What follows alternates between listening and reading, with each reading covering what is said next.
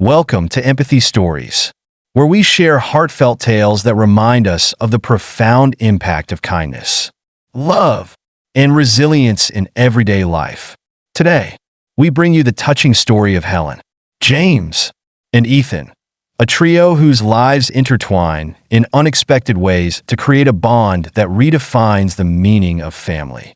The morning sunlight filtered softly through the curtains of a modest home on the outskirts of Pinewood. A small, quiet American town. The home belonged to Helen Johnson, a 78-year-old woman whose life had been defined by quiet resilience and unwavering devotion. Inside, Helen moved with the slow deliberation of age. Her faded floral dress hung loosely on her small frame, and her hands trembled slightly as she adjusted her glasses in the mirror. Her face bore the marks of a life lived with grace amidst trials, a life where strength had been forged from adversity. Her husband, James Johnson, lay in a hospital bed in the living room, a constant reminder of how much their lives had changed. Once a proud soldier full of vigor, James was now partially paralyzed from a spinal injury he'd sustained during his service. Despite his immobility, his sharp eyes still carried the spark of the man Helen had fallen in love with all those decades ago. She leaned over to brush his silver hair back, her touch gentle but firm, as if reassuring him and herself of her presence. "I'm heading to the store, James," she said softly, her voice steady but warm. His gaze met hers, and though he could not speak, his eyes expressed gratitude and sorrow all at once. They had built a life together, one that was far from easy, but it was theirs. The shopping list in Helen's hand was short, but the final item, written in her unsteady handwriting, filled her with a familiar sense of dread. Adult diapers. She hated buying them, not for the cost, but for the judgmental stares they sometimes drew. Yet, there was no escaping the reality of their situation. James depended on her, and she bore that responsibility with quiet grace, no matter the indignities that came with it. Pinewood Market, a grocery store that had been a fixture of the town for decades, was just a few blocks away. Helen entered with her head held low, the weight of her errand already pressing on her. The store smelled faintly of produce and disinfectant, and its narrow aisles were lined with shelves packed neatly with goods. A young man stood behind the register, absently scanning items for a customer. Helen gave him a polite nod, but he barely acknowledged her. She was used to this invisibility. It was, she thought, a part of growing old. Helen made her way through the store, each step accompanied by the soft creak of her worn shoes against the tiled floor. She lingered near the hygiene aisle longer than she intended, hoping for a moment of privacy. Her hand hovered over the package of adult diapers before finally gripping the plastic wrapping. The sound crinkled loudly in the quiet aisle, and Helen winced, feeling as if the noise was announcing her every insecurity to the world. As she moved toward the checkout line, clutching the package tightly against her chest, her eyes darted around. She avoided looking at the other customers, her thoughts racing with imagined judgments. When she took her place at the back of the line, the package of diapers felt like a boulder in her arms, heavy with both its physical and emotional weight. The line moved slowly. Helen's heart pounded as she approached the cashier. She stared at the floor, counting the scuff marks on the tiles as if they could somehow ground her in this moment of vulnerability. The sound of a man's voice, loud and jovial, broke her concentration. "Beautiful day, isn't it?" the voice said. Helen didn't need to turn around to know it came from the police officer standing a few places behind her in line. His uniform was crisp, his presence commanding, and his voice carried easily through the small store. He exchanged pleasantries with another customer, his tone full of authority and confidence. Then, as the line inched forward, his jovial tone shifted into something colder, something pointed. "Would you look at that?" he said, lowering his voice but ensuring it carried just far enough. "Buying diapers at her age. Poor thing, can't even take care of herself." The words sliced through Helen like a knife. She froze, her grip tightening around the package in her arms. Laughter followed, quiet but unmistakable. The humiliation that Helen had feared now crashed over her like a wave. Her face flushed with heat, and she dared not look up. Every pair of eyes in the store seemed to burn into her, their stares weighing her down. When she reached the cashier, she barely noticed him. The name tag pinned to his uniform read Ethan. His face was young, serious, and neutral, as if he had long since learned to mask his emotions in this mundane job. He silently scanned Helen's items, the beeps of the register punctuating the tension in the air. The officer's voice rose again, his mocking laughter cutting through the silence. "That's what happens when you get old," he said, his words dripping with condescension. "You start acting like a baby again." Helen's hands trembled as she placed her items on the counter. She fought back tears, her chest tight with suppressed emotion. She wanted to defend herself, to explain that the diapers were for James, that they were a necessity born of love and sacrifice. But the words stuck in her throat. Years of facing subtle slights and dismissals had taught her that speaking up often made things worse. The officer continued, emboldened by the silence around him. "Maybe they should have a special line for people who need diapers," he said with a chuckle. "Keep them out of the way of the rest of us." A ripple of discomfort passed through the other customers. Some laughed nervously, while others glanced away, unwilling to intervene. Hayden stood frozen, wishing she could disappear. The humiliation was suffocating. Then, a voice cut through the tense air, clear and firm. "That's enough." The word startled everyone, silencing the store. All eyes turned to the source, Ethan, the cashier, who had been silent until now. His gaze met the officer's with quiet defiance, his expression calm but resolute. The mocking smile faded from the officer's face, replaced by surprise. "You should be ashamed of yourself for mocking her," Ethan said, his voice steady and deliberate. "She doesn't deserve to be treated like this." The tension in the store thickened, the atmosphere heavy with unspoken conflict. Helen's eyes widened as she looked at Ethan, her humiliation giving way to a mix of shock and gratitude. For the first time that day, she felt seen, not as an object of pity or ridicule, but as a person deserving of respect. The officer opened his mouth to respond, but Ethan didn't flinch. "You're supposed to protect and serve this community," Ethan continued, his tone unwavering. "Not bully its most vulnerable members." A murmur of agreement rippled through the other customers. The officer's face turned red with a mixture of anger and embarrassment. He sputtered something under his breath before crossing his arms and retreating into silence. Ethan returned his attention to Helen, his voice softening. "You don't deserve to be treated like that," he said. Helen's lips parted, but no words came out. Tears welled in her eyes. But this time, they weren't from shame. They were tears of gratitude. In that moment, the young cashier's quiet courage had restored a dignity she thought she had lost forever. As she finished paying and gathered her items, Helen managed a small smile for Ethan. "Thank you," she whispered, her voice barely audible but filled with sincerity. Ethan nodded, his expression softening for just a moment before returning to his work. Helen left the store with her head held a little higher, her heart a little lighter. What had begun as a day of humiliation had been transformed by an unexpected act of kindness, one that would stay with her long after she returned home. Little did she know, this encounter was only the beginning of a story that would change both her life and Ethan's forever.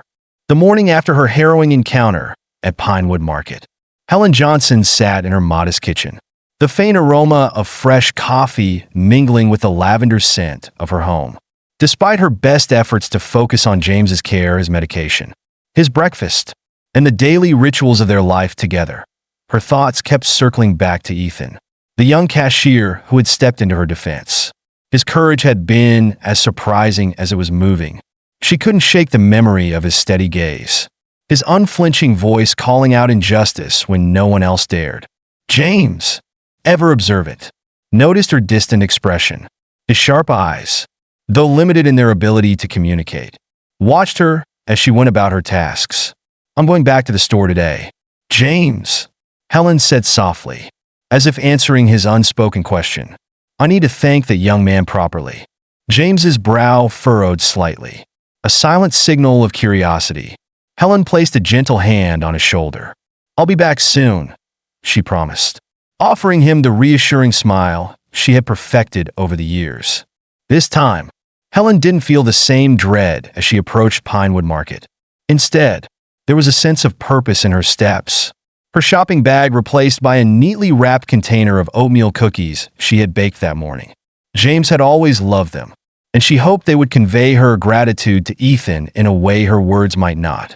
The bell above the market door chimed as she entered, and Helen immediately scanned the checkout lanes. But Ethan wasn't there. Her heart sank slightly as she approached another young employee who was arranging items near the entrance.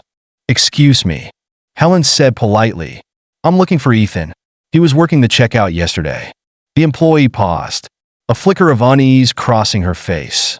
"Oh, Ethan, he didn't show up for his shift today," she said, her voice uncertain.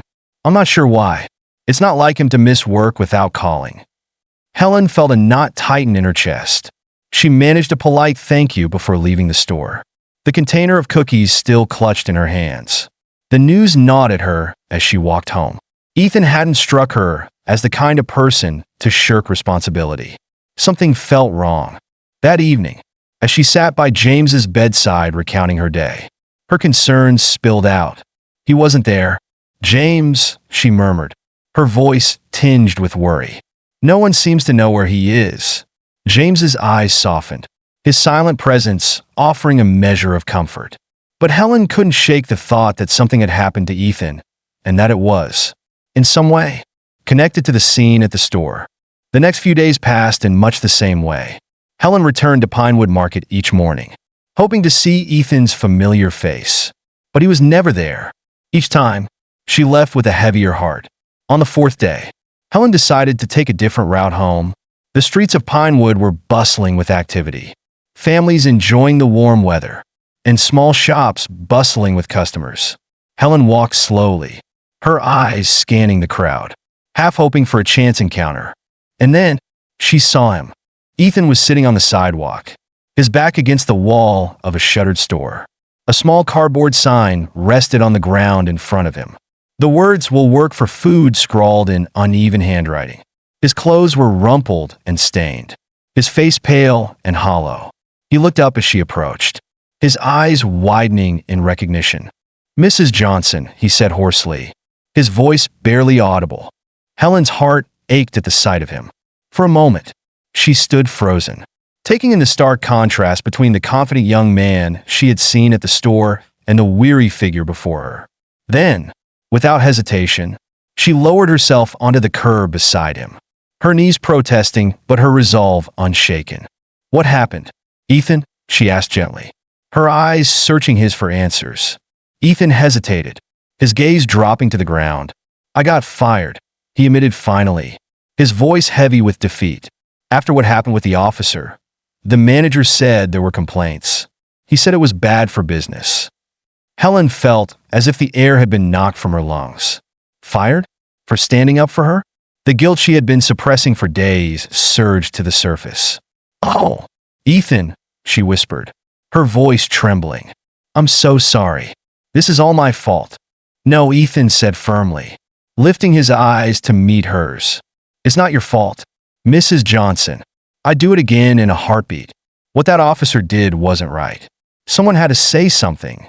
The conviction in his voice brought tears to Helen's eyes.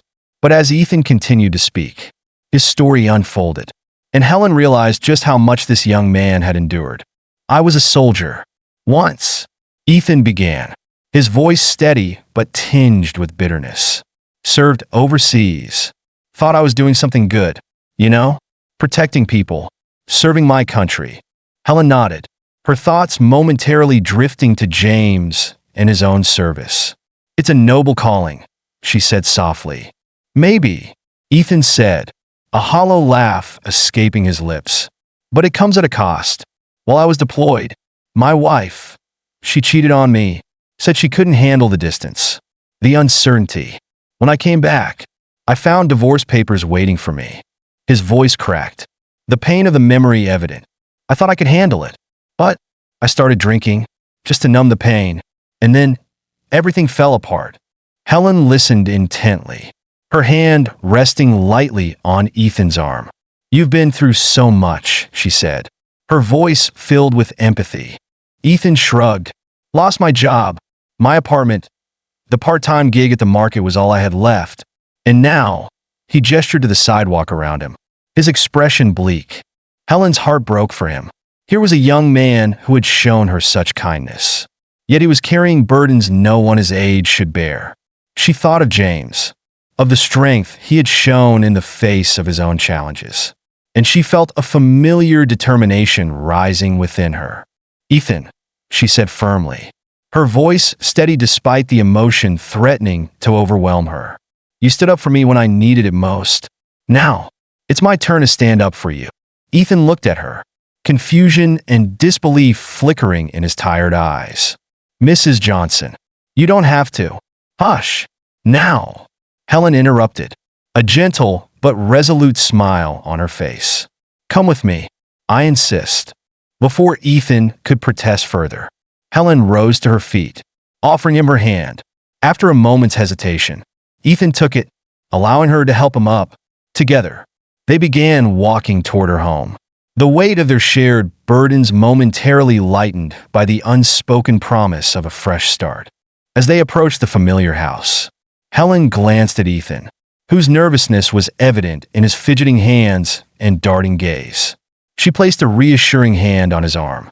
"You're not alone, Ethan," she said softly. "Not anymore." Ethan nodded, his expression a mixture of gratitude and vulnerability. Little did they know, this simple act of kindness would mark the beginning of a bond that would transform both their lives forever.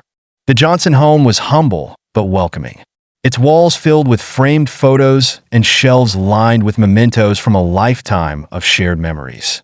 As Helen led Ethan inside, the comforting aroma of lavender and freshly baked oatmeal cookies filled the air. James's hospital bed, positioned near the large front window, stood as the heart of the living room, a constant reminder of Helen's unwavering love and care. James turned his sharp eyes toward the door as they entered. He studied Ethan with a quiet curiosity, his gaze flickering between Helen and the young man standing nervously by her side. Helen stepped forward, her voice soft but steady. "James, this is Ethan," she said, her hand resting lightly on Ethan's arm. "He's the young man I told you about, the one who stood up for me." Ethan shifted uneasily, his hands clasped in front of him. For a moment, there was silence, the room filled with an unspoken tension. Then, as if sensing Ethan's discomfort, James's eyes softened, and the corners of his mouth lifted ever so slightly, a gesture that Helen knew to be his version of a smile. Ethan straightened his posture, his instincts as a former soldier kicking in. "It's an honor to meet you, sir," he said, his voice carrying a quiet respect. Helen watched as James's gaze lingered on Ethan. Though James couldn't speak, his eyes conveyed an unspoken acknowledgement, a sense of shared understanding between two men who had known the sacrifices of service. Encouraged by this silent exchange, Ethan pulled a chair up to James's bedside and sat down, his earlier nervousness replaced by a tentative sense of belonging. As the two men began to talk, or rather, as Ethan spoke and James responded with expressions and slight movements, Helen retreated to the kitchen to prepare tea. She moved with practiced ease, but her mind lingered on the scene unfolding in the living room. There was something profound about the way James and Ethan connected, as if their shared experiences had bridged the gap between their generations and circumstances. Over the days and weeks that followed, Ethan became an integral part of the Johnson household. What had begun as a gesture of gratitude transformed into a bond that felt almost familial. Helen quickly realized that Ethan's presence brought a lightness to their lives that had been missing for years. He threw himself into helping around the house, tackling repairs that had long been neglected and assisting with James's care. Helen often caught herself smiling as she watched Ethan interact with James. The young man's respect and attentiveness were palpable, and James, in turn, seemed to regain a sense of purpose.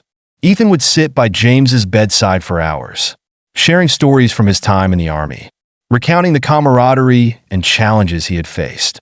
James, who had once spent his days in silence, now seemed energized by Ethan's company. His eyes sparkled with a vitality that Helen hadn't seen in years. Ethan's presence also lightened Helen's load in ways she hadn't anticipated. For so long, she had carried the weight of caregiving alone, her days defined by routine and responsibility.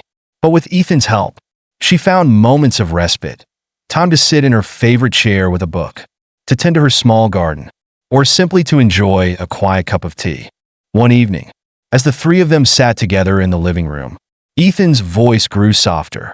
He had been sharing stories about his time overseas, but now his words carried a weight that hadn't been there before. "I've been thinking about getting help," he said, his gaze fixed on the floor. "For the drinking, for everything." Helen's heart swelled with a mixture of pride and relief. She glanced at James, whose eyes were fixed on Ethan with an expression of fatherly encouragement. It was clear that James's silent support had played a role in Ethan's decision. "That's a brave step, Ethan," Helen said gently, her voice filled with warmth. "And it's the right one. We'll be here for you, every step of the way." True to his word, Ethan began attending support group meetings and started therapy. The process wasn't easy. There were days when the weight of his past threatened to pull him back into despair, but he persevered, drawing strength from the Johnsons' unwavering support. Helen often accompanied him to his meetings, sitting quietly in the back as he spoke, her presence a silent reminder that he wasn't alone. With each passing week, Ethan grew stronger. He found a job as a maintenance technician at a local community center, a position that allowed him to use his hands and feel a sense of accomplishment. He often returned home with stories of his day, his eyes shining with a newfound confidence. As for James, the transformation in Ethan seemed to breathe new life into him. Though his body remained immobile, his spirit soared as he watched Ethan rebuild his life. Ethan often consulted James on matters big and small, valuing his wisdom and insight. Their bond deepened, evolving into a relationship that felt almost paternal. Helen, too, found herself changed by Ethan's presence. She marveled at the way he had become a part of their family, his laughter filling their once quiet home and his kindness touching every corner of their lives. There were moments when she would catch herself watching him and James together, her heart swelling with gratitude for this unexpected gift. One evening, as they sat together after dinner, Ethan looked at Helen and James, his expression serious but filled with emotion. "I don't know how to thank you," he said quietly, "for taking me in, for giving me a chance when I thought I didn't have one." Helen reached across the table, her hand resting gently on his. "You've given us just as much, Ethan," she said, her voice steady. "You've brought new life into this home. You're not just a guest here, you're family." Ethan's eyes filled with tears, but he didn't look away. "I've never had a family like this," he admitted, his voice breaking slightly. "But I'm starting to think I belong here." Helen smiled, her heart full. "You do, Ethan. You always have." As the months turned into years, the Johnsons and Ethan formed a bond that went beyond the ties of blood. They became a family forged by shared struggles, mutual respect, and unconditional love. In their small, humble home, they found healing and hope, each of them transformed by the power of connection and kindness. Ethan's journey wasn't easy, but it was marked by resilience and redemption. And for Helen and James, who had once faced the quiet loneliness of old age, Ethan's presence brought a sense of purpose and joy they hadn't thought possible. Together, they proved that family isn't defined by where you come from, but by who stands beside you when it matters most. Thank you for joining us today on Empathy Stories. We hope Helen, James, and Ethan's journey inspired you to believe in the power of connection and the beauty of second chances. If their story moved you, please like, share, and subscribe to our channel for more stories that celebrate humanity's greatest strengths, compassion, and hope. See you next time.